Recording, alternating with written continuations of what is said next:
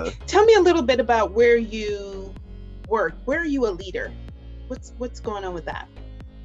So currently I am a leader as far as my daytime job. I like to say daytime, even though all of this is daytime work.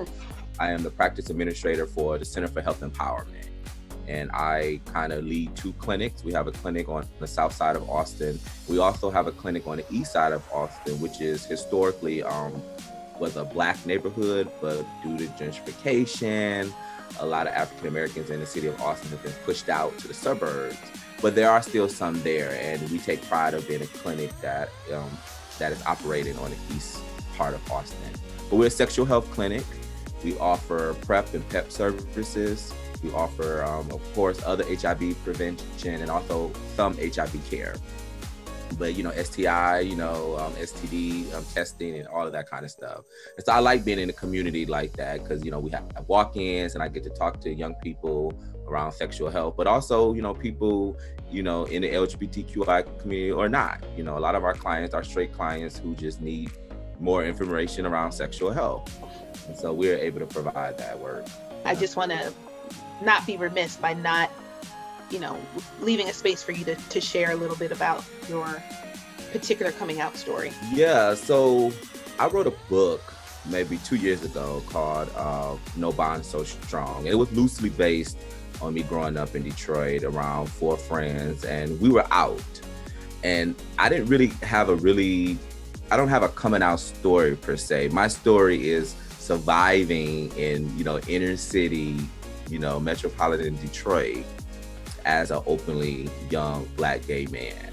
And I think that's always been like the interesting story for me. Because when I think about coming out, like I told my mom and, of course she, seemingly didn't know, but I think she knew. I think a lot of my family knew. But at an early age, I was 14 when I decided to kind of live in my truth in a way. I grew up Islamic. So that's another fun fact. And so when I was going through thinking about okay, Tarik, you're gay, but you're also a Muslim, and you can't tell your Muslim brothers and you can't tell your Muslim uncle and Muslim grandma that, you're gay, right? Because, I knew where they stood. I knew what, the Quran taught us, and so I struggled with that around 14. And luckily I ended up finding friends, or I call my, community, my chosen community, that kind of helped me understand that I was loved regardless. And so I was able to figure that out. And really figuring that out was I did make a choice to become Christian, and because I did believe in the idea that I would rather have someone who believed in forgiveness on my side from a spiritual standpoint than a religion that taught me, that I was going to hell regardless.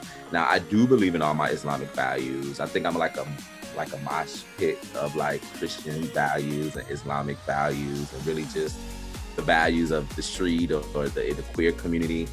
And so I don't regret, being Muslim and making that decision of becoming Christian at 16. I was baptized when I was 16. And so that was a new experience for me. And so that's kind of my coming out story, that idea that religion played a big part of how I wanted to be perceived in the world as far as my sexuality. I know growing up, I had Elan Harris, I had the late Eric Jerome Dickey, I had, Toni Morrison before that, and Terry McMillan. I was just a book lover. I loved reading books and escaping and seeing different stories that sometimes I didn't reflect me, but it was a way to see the world, especially Black literature. Of course I read all the fantasy stuff and, what we had to read in school, but I just loved, Black literature that I wasn't getting in school. And I felt for a period going into the 2000s, I just didn't see enough stories about what it meant to be Black and youth and queer in America.